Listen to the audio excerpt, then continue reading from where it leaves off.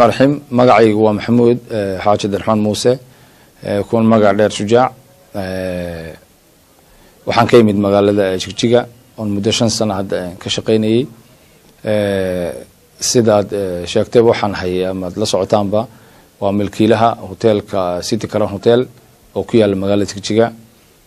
dhacdadan runtii aad ka u fooshaxun ee dhacday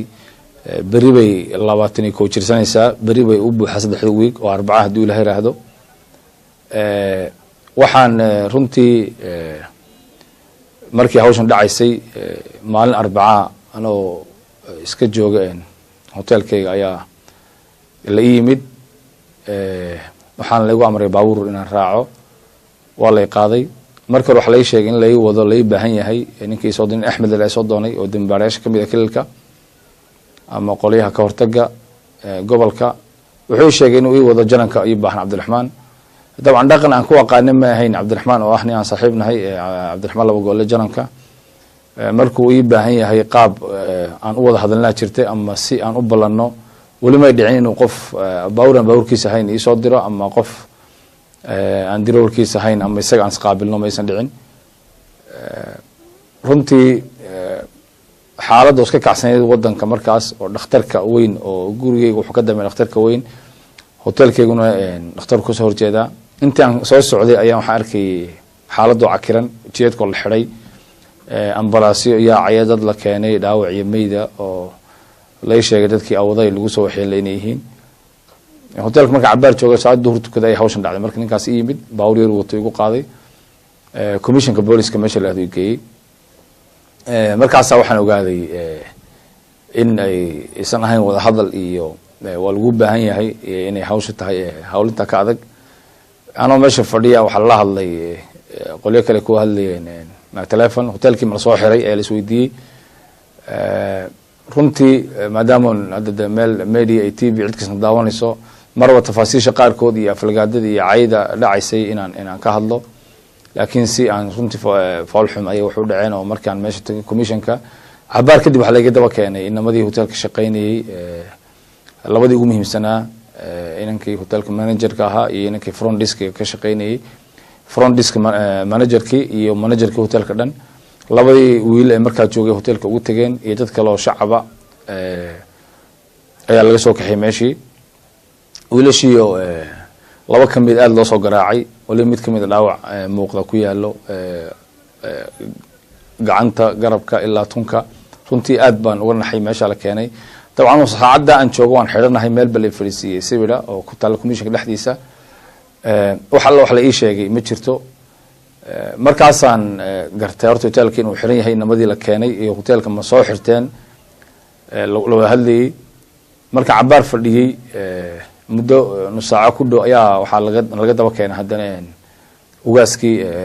reerka ama ugaaskii Besh Jaarso oo nin dhalinyaradii laga soo kaxay hotel kamid ah inaan qaraabana hotelka iska joogo oo customer ah oo Jamal Xaajana la yiraahdo isna inta gacan loo soo geystay ayaa wax lagu qasbay inuu guriga ugaas geeyo sidii lagu keenay ugaaskii anagoo inteedii fadhina 5 ayaa waxa dhacday haddana in dhalinyaro fara badan oo kale oo markii dam ogaaday inay yihiin shaqaale ka shaqeeya warshadaha ama ganacsiga kale ay jaarsada magaalada ku leedahay ganacsatadu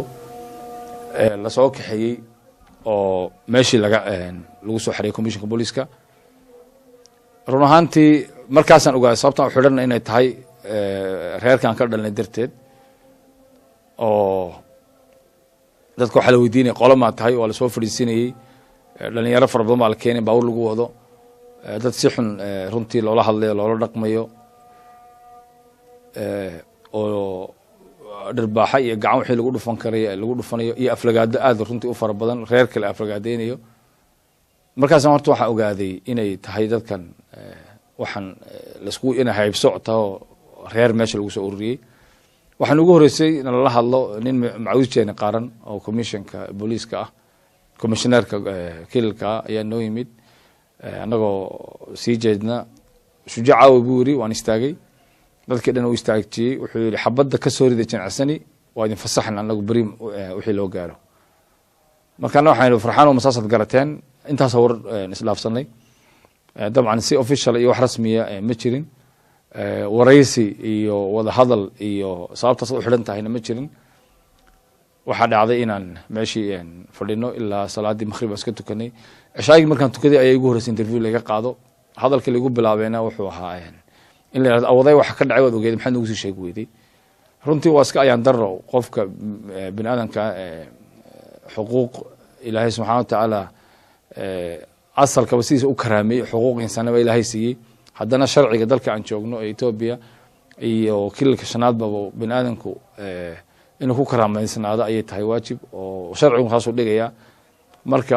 adigoon garanay sabab lagu soo xidhay dacwad laguma soo ogin lagama dhageysan muxuu ahaa ashkato cid ku soo dacweysan ma jirto maxkamad maad soo marin yani wax tallaabo sharci oo meesha ka dhaca habeenatin ma jirto inama dhalinyaro oo runtii dharka booliiska xiran oo qol ku jira ayaa dhowr jeer ii yeedhay ilaa 2-3 jeer mar walba inama jaadka iska cunaya iska qaylaya runtii dhalinyaro oo su-aasha ay ku weydiinayaan waxay uga jeeda aadan garanayn ciidanka jaarsada ma ka war haysaa iyo hawlo runtii aan qof ganacsada anoo kala oo investor ah dalka dibadiisa ka yimid ku yimid baaqi madaxweyne cabdi maxamuud cumar iyo wasaaradda arrimaha dibadda muxuu ahaa Ethiopia safaaradooda Sweden runtii baaq fara badan loo jeediyo qurbo joogta un baan qayb ka ahaa anigii walaaladii oo afar yeer oo hotelka ila leh waxaan kala deganahay Finland iyo Ingiriiska anu Finland ma deganahay Munir iyo Mubashir Finland bay degan yihiin Marwan iyo Maxamed Rabiicna waxay degan yihiin Ingiriiska London marka shanteeda weeyaan kulli waxaan ku nimid baaqi madaxweynaha iyo kale dalkii laga shaqeysto oo hal maal gashto muddo 5 sano ka hor bilownay hadda hotelku 2 sano iyo 3 bilood buu function yahay ama service bixinaa shaqeynaya runtii habeenkii sidaan ku xirnayn subaxii ku xigtana baawur baan loo keenay waan lagu guray waxaan loo musaafiriyay jinacsani markaasaan horta xaqiiqsaday ninkii wuxuu sheegay inay tahay anoo la yaaban oo runtii isaga wuxuu dhacayaan baawur qabaalan lagu soo qaaday marka hore ama hardtopkan pick-upka sida loo yaqaan markii dambana baawur in tareeya oo dad fara badan oo oramo oo laga soo qaaday meelo kala duwan oo dalka mida ay ku jiraan ba nala saaray Cuba lagu wareejiyay inta aan socday waxaan arkay runtii waxaan lagu farxin dad fara badan oo mas'uuliyiintii kala ka tirsan meesha way taagnaayeen waxaan dareemay qaarkood inaysan ku faraxsanayn inay shujaac oo arka baawur qabaal dhex fadhiya ama dhalinyarada hotelka City Crown ama dad kale oo inaysan daacad oo iska masaakiin la soo tarxiilay kuma faraxsaneen dadka qaarkoodna way is og yihiin sidii xaflad aroos leeyahay oo kale qoslayeen dadka qaarkoodna aflagaada ay leeyimaadaan oo baawurka meeshii xaaladii aan ku jiray Ilaah og yahay anoon ugu talagelin nin dacwad loogu yeeray ayaa bay siraan mawt wal xirmis ay wad ka dhaxaysaa baradaada iyo beedkaaga sidii aan ku soo baxay aan ayaa habeenkii ku dhaxon ku soo baawur soo koray marka way jireen dad runtii aan saan jeclaysan u hadlay laakiin waqti meel laga hadlay iyo meel gajo ma joogin sidii buu Ilaahay subxaanahu wa ta'ala ugu badbaadiyay marka waxa isweydiinta mudan waxay tahay dadka matalaya dabcan dawladdu waxay ku shaqeynaysaa xog ay hesho weeyaan marka xog baan la soo weydiiyay war xogtan ma la filter garay ma la shaandheeyay ilma sharci waxa ka jira nidaam ba ka jira hay'ado waxa ka jira cadaaladeed maxkamadaha ka jira wasaaradda cadaalad ba ka jirta hay'adaha dambi ka hortagga iyo dambi baarka hay'adaha dhammaan tirarkii hay'ad sharci ay lahayd oo dhan uu ka jira kilka Soomaaliyeed waa meel Ethiopia ka tirsan ma aha meel Ethiopia ka baxsan runtii waxaan is weydiiyay intaas oo dhan ma la maray sidee bay ku dhici kartaa ilbiriqsi maalin habeen gudahood in la yiraahdo iska baxa haddana ha baxa la yiraahdo wixii jaarsa ganacsigiisa inta la xidho inuu iska baxo qofkii gacan loo goysan karo qofkii la dhibaateyn karo dhibaateeyo oo saas ku dhacdo waxyaalaha isweydiinta u baahan waxa weeyaan xogta ay dawladdu heshay dawladdu xog ba ku shaqeysaa sirdoon bay leedahay ciidan nabadgelyo leedahay marka waxa la isweydiinaya war waxa u baahan in madaxweynaha iyo ay la xisaabtamaan runtii dib la iskugu noqdo waxa meesha ka dhacay iyagu isweydiiyaan ani ma maanta qofkii la weydiin lahaa because anu waan joogay waana soo baxay amar la igu yiri ku bax baan ku soo baxay alxamdulillah hadda waan nabad qabaa wax la gaarsiiyey on falagaade iyo riix ka ahayn ma jirto dad far badan oo gacan loo geystay waan arkay wayna joogeen dhalinyarada la shaqeynaysa kamid ee dad kale oo garanayba marka waxa ay andaraa meel dawladnimo iyo sharci nidaam ka jiro in adiga oo wadanka heshiis baan ku joogaa marka aanu ahay qurbo joog marka investor ahay waxaan ku joogaa heshiis oo saxaxay inaan political intervention samayn karayn dhaqankaygana kuma jirto dadka kililka joogana oo yaqaan iguma yaqaanaan hadda iyo darna dabcan horta ninkii xaq uusan lahayn gacanta ku haystaa de isagay dhibaysaa anu hadda maanta xorriyadeedii iyo aan haysto caafimaadka alxamdulilah rabbil caalamiin waxaa muhiim oo dadka meesha oo degan wada deganaan doonana oona kala qaxayn inaysan dhicin inay reer iyo jaarsa reer hebel la dagaalsan aysan dhicin dadkan meesha abka abbay deganaayeen way soo wada dhaqmeen dad kala guuriya ma aha marka siyaasadda waxaa la rabaa inay shucuubta midayso iyo qabaa'ilka kala duwan ma ogiya inay shucuubtii kala geyso haba yaraatee wax saxa ma aha dowladdana mar labaad waxaan ugu baaqaya xogta ay heshay ee dadkan kula dhaqantay sidaa foosha xun loola dhaqmay ee go-aanada degdega soo baxay bal horta in laisma muraajaceeyo oo la yidhaha war waxaan lagu kacay ma wax saxsan buu ahaa ma wax khaldan buu ahaa xaggey ka yimaadeen qofka bini aadamka khalad uu geli kara lakin khaladkiisa inu muraajaceeya la rabaa haatan ugu dambeyn wixii aan maanta jigjiga iga yaala dee saan ugu soo dhaqaaqay iga tahay hantida aan hargeysa ku leeyahay ama nin familkiga ku leenahay hotel iyo ganacsi bakhaarna laga xidhay ma aha waa nolol weeyaan waa meel aabbahay hooyadayba ku dhasheen marka isaguma isweydiin kii faraxsanaa markaan kasoo baxayna magaalada jigjiga ee sida dambiilayaal nala soo tarxiilayay isagaa isweydiin doona dowladda muxuu ka tirsan ee ku faraxsanaa cidduu shacab ka dhigan doono oo maamuli doono isagaa isweydiin oo cadaalad ka raba inay mataqaanaa inay harsadaan ilaa meeshan process iyo procedure ayaa dowladnimo lagu noqdaa marka waxaan leeyahay madaxda sare dowladdu dadka ay wax u dhiibatay ama dadka muxuu ahaa dadka dambiga kusoo oogaya amaba xogtan keenaya dadkan inay dambiilayaal yihiin runtii in laga fiirsadaa fiican ilaa hadda aan joogo dembigaasaad gashay shujaacow maxaad ugu tala gashay layma odhan si cad oo bareer un baa laiga soo kaxaysa hantideedii waa la xiray subaxiina waa laisoo masaafuriyey ilaa haddana sababta ma garanayo hadday hantideedi maqan tahay dee anigu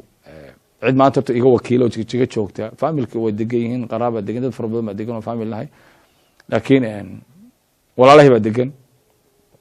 cid maanta aniga iga wakiila haba yaraatee hantideedii aan ku ogahay ma jirto even janis waa la ii siin waayey inaan soo maro bal aan soo arko oo xataa kasoo dardaarmo waxba la sheegay meeshay xiran tahay iyo dhagahadal fara badan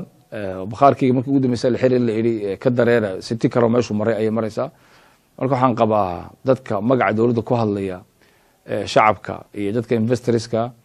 iyo dadka dowladda u yeedhay saa ula dhaqmaya in laismuraajaceeyo runtii tusaale waxay u tahay tani fawdo ay samaynayaan dad fara badan oo shaarka dowladnimada xiran haddii maanta ay ani igu dhacday ama in lamida berina kuwo kale ku dhici doontaa haddii aan laga tababushaysan oosan dowladdu processka ay raacayso markay cid rabto inay dembi kusoo ogto inaysan yani inay ka fiirsato oo sharciga lagu talagalay la maro haddii sharci la maro qofka waa la xidhi karaa dembi baa lagu soo oogi karaa waa lagu caddayn karaa maxkamadaha jira nidaam saan kasoo hadlay hayada sharciya ugu dambeyntii waxaan leeyahay qofkii xaq ka maqan yahay o dhan ilahay xaqiisa u soo celiyo intii la dulmiyena dee waxa weeyaan qofka madluumkii isagu waa kii la dulmiyo uu iska seexanaya dhib ma lahan laakiin kii wax dulmiyey ilama inuu hurdo ladayo wuxuu is ogyahay dembigu galay iyo intaas jecel uu kala kaxeeyey inta wanaag ku dhaqnayd iyo muxuu ahaa dad mas-uuliin iyo shaqaalahoodii dad konton qof ka badan ayaa sidii kaloon ka shaqaynayay iyo ganacsiyada kala duwan intaasoo qof waxaa la weydiinayaa dadkii warxumo tashiilka u geeyey hay-adaha dowladda ayaa laga rabaa maalinta qiyama ilahi subxana wa tacala kala xisaabtami doonaa adduunkan iyaga la weydiin doonaa waa accountable waddan sharci leh ayaa la joogaa ethoobia oo xeer ka jiro nidaam ka jiro sharci ka jiro ethoobia aniga dowladda heshiis bilateral kula jirtaa dowladda finland maadaama nin citizen ahay finlandis waxaa la weydiinayaa sababta ay ku dhacday hanti